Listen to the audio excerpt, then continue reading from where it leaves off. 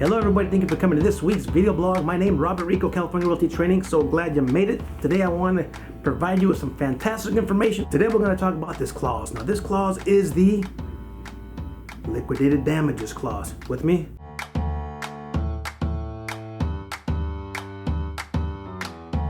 Why should you know this? Because it affects your client, whether it be the buyer or the seller. Now the best way for me to explain this to you so you understand it completely clearly and 100% is for me to paint the picture. You ready? Let's paint the picture. Here we go. You got a buyer. You represent the buyer. You with me? You got a buyer. You're showing him houses. Yay! Look at us. We're looking at houses. We like these houses. You make an offer on a house.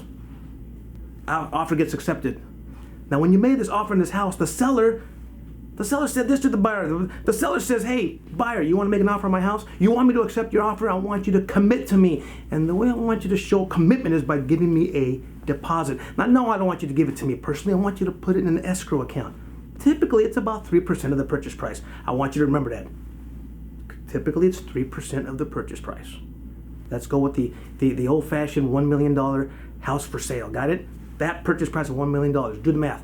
3% of $1 million is $30,000. So the buyer has to come in with $30,000 and put it in an escrow account. You with me? Nice and simple. We're going to put $30,000 in escrow. Buyer understands this. This is one of the qualifications for them to get this house because the seller requires it.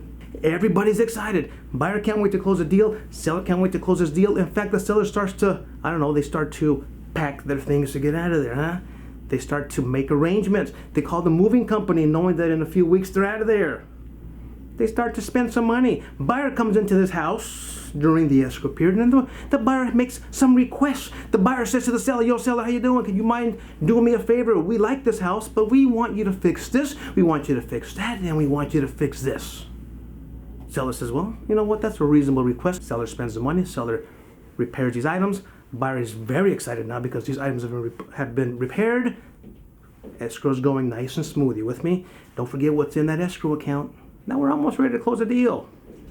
And the buyers wake up one morning. For no particular reason, the buyer wants to cancel this deal.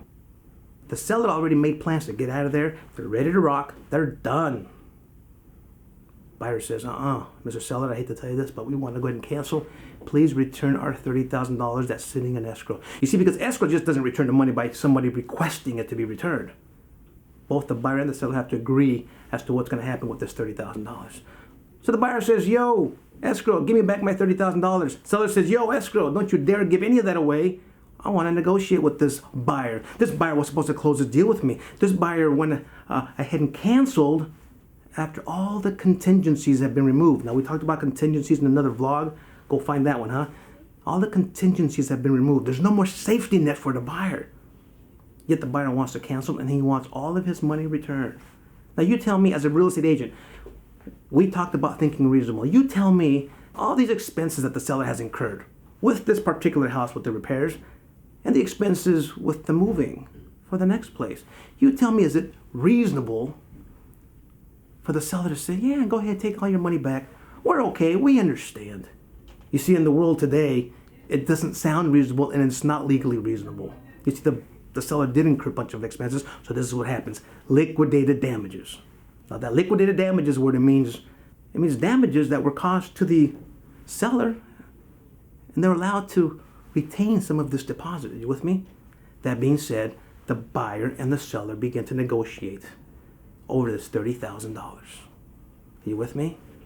And if they can't negotiate something with this $30,000, when you have a buyer and a seller who are going at it, and they can't agree to something, well, then that leads to arbitration.